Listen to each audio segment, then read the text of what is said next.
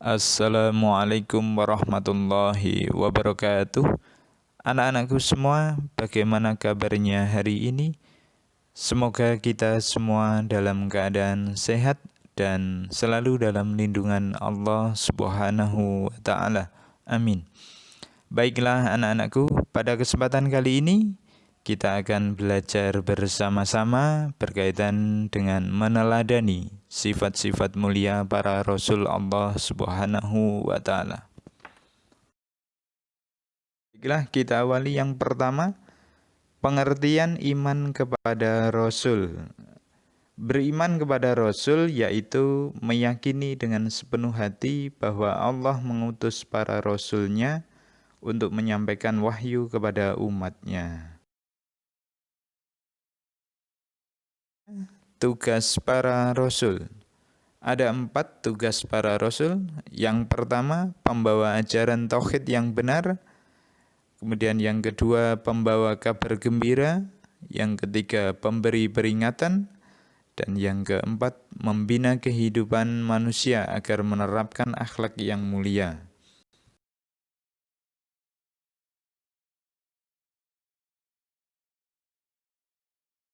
Selanjutnya, sifat-sifat para Rasul. Ada 3 sifat. Yang pertama, sifat wajib. Yang kedua, sifat mustahil. Dan yang ketiga, sifat jaiz. Baiklah anak-anakku, di antara 3 sifat para Rasul, yang pertama adalah sifat wajib. Mengapa disebut sifat wajib?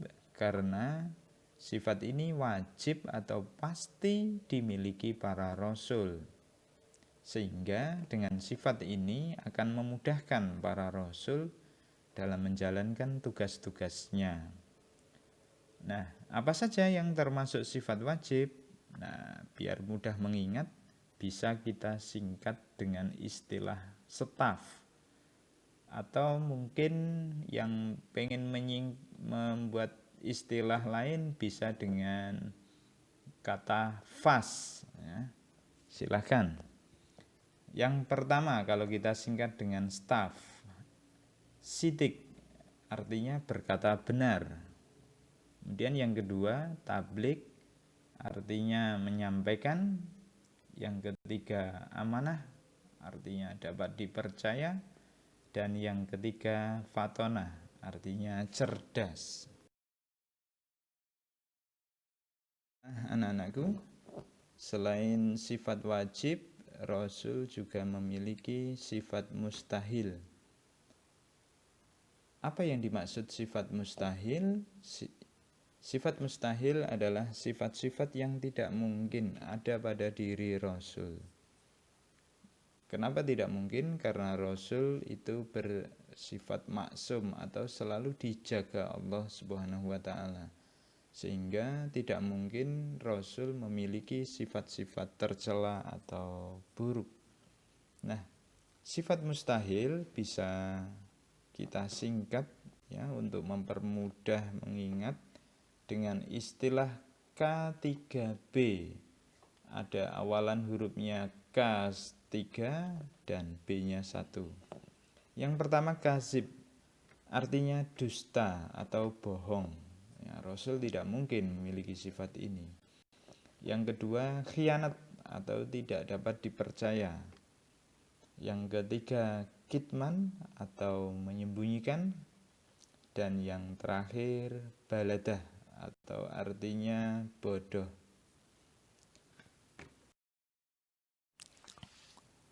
Sifat Rasul yang ketiga yaitu sifat jaiz. Jaiz artinya boleh. Sifat jaiznya para Rasul adalah aradul basyariyah, yaitu bersifat dan berperilaku sebagaimana kebiasaan manusia pada umumnya. Jadi Rasul dibolehkan berperilaku seperti manusia biasa. Contohnya, Rasul meskipun manusia pilihan atau utusan Allah, tapi juga masih bisa punya rasa lapar, sehingga juga butuh makan. Rasul juga masih punya rasa letih atau capek, sehingga butuh atau dibolehkan istirahat atau tidur.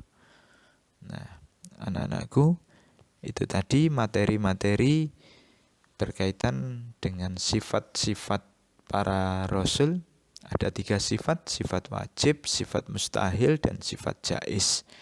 Nah, sebelum kita masuk ke materi selanjutnya, mari kita simak, kita lihat video kisah Nabi. Nanti setelah kita melihat video, kita bisa berdiskusi bersama-sama apa isi dari video ini. Nah, selamat menikmati. Silakan.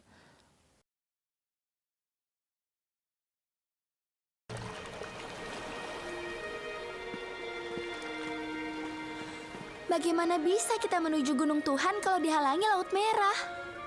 Musa sudah tahu tujuannya, jadi dia pasti tahu bagaimana cara ke sana. Musa, Fir'aun sedang kesini dengan pasukannya. Bagaimana ini? Mereka datang menyerang kita. Percayalah, Tuhan mempunyai rencana. Permisi, Anda sudah tahu kan apa yang harus Anda lakukan, Musa? Belum tahu. Tapi aku tahu Tuhan selalu beserta kita. Dia pasti akan menunjukkan jalan. Lihat!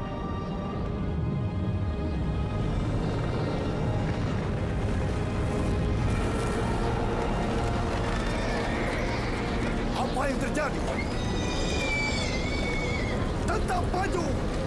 Mereka terjebak di Laut Merah! Musa, kenapa kau berseru kepadaku? Katakan kepada mereka supaya berangkat. Angkatlah tongkatmu dan ulurkan tanganmu ke atas laut, lalu belahlah airnya.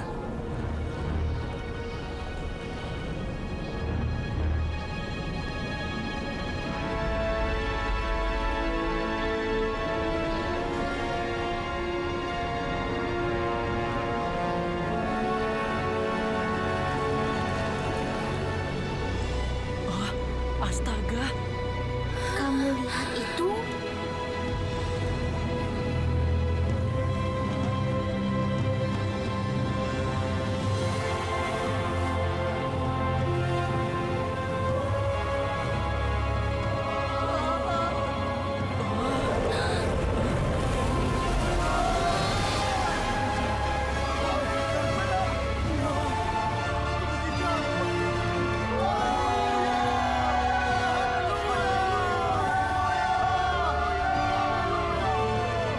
Wow, itu jauh lebih hebat dari trik kartuku.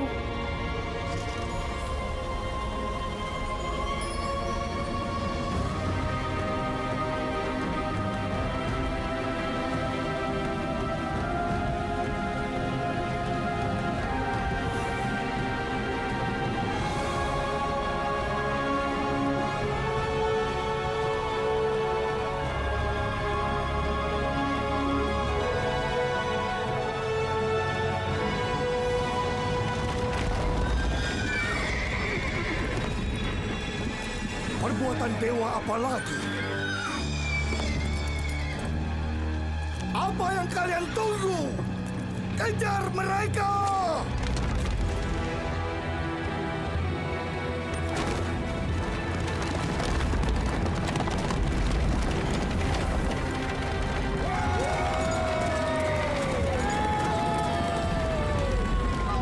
Jangan kalian biarkan seorang Israel pun lepas!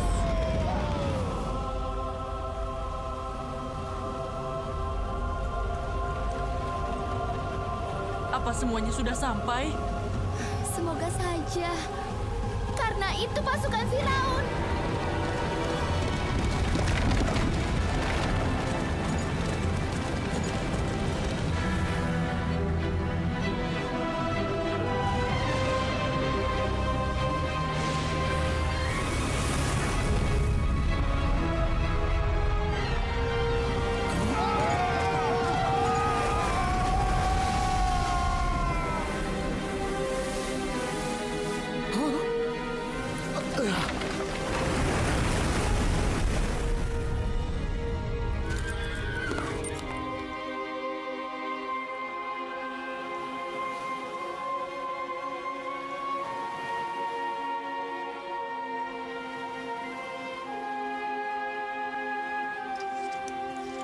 Siapa sangka seorang gembala sederhana dipilih Tuhan untuk selamatkan Israel.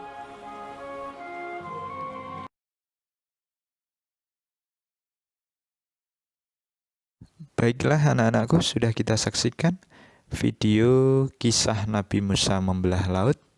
Nah, ada tugas. Yang pertama, tuliskan pendapat atau komentarmu terhadap kisah Nabi Musa membelah laut. Kemudian yang kedua, apa hikmah atau pelajaran yang bisa diambil dari kisah Nabi Musa membelah laut. Nah, itu tugasnya, tolong untuk dikerjakan dengan sungguh-sungguh.